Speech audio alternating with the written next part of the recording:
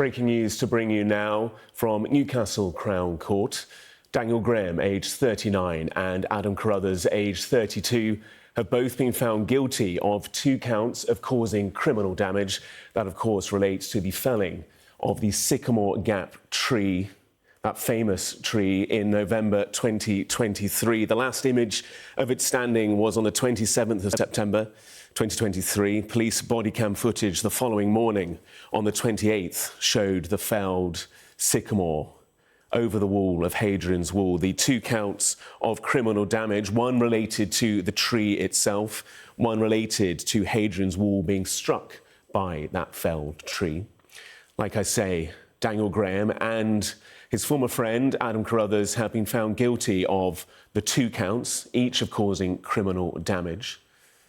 They had denied the charges against them. Yesterday, the jury had deliberated for 4.5 hours before the judge sent them home. They returned to Newcastle Crown Court today to consider those verdicts further.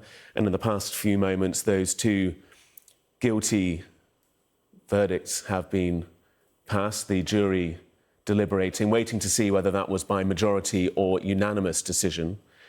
There was no eyewitnesses to this case. There was no forensic evidence linking the pair to this case, but it centred around mobile phone data. It centred around the use of the Range Rover car. It centred around the messages between the pair of them as well. Let's bring in Shingi Marike, who is outside Newcastle Crown Court for us. Just tell us more about these developments in the past few moments.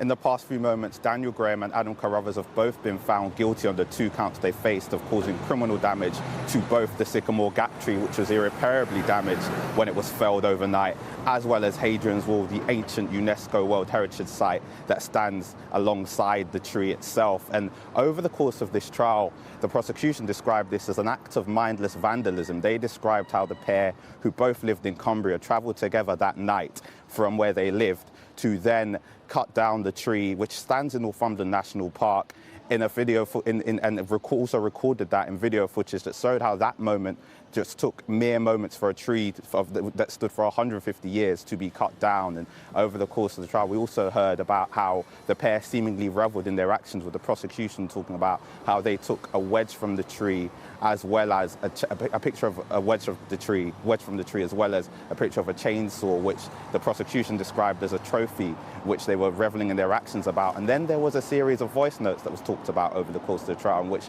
the pair spoke about the media coverage that this case was receiving. And one of the things that was reflected on quite a lot over the course of this case was the significance of the Sycamore Gap, a tree that has stood in that national park for more than 150 years as the scene of people's wedding proposals, as the scene of people spreading their ashes, and the scene of countless photos, and also its place in pop culture as the tree that featured in the 1991 Robin Hood Prince of Thieves movie, which starred Kevin Costner. All of that was reflected on the tree in this trial, was described as totemic.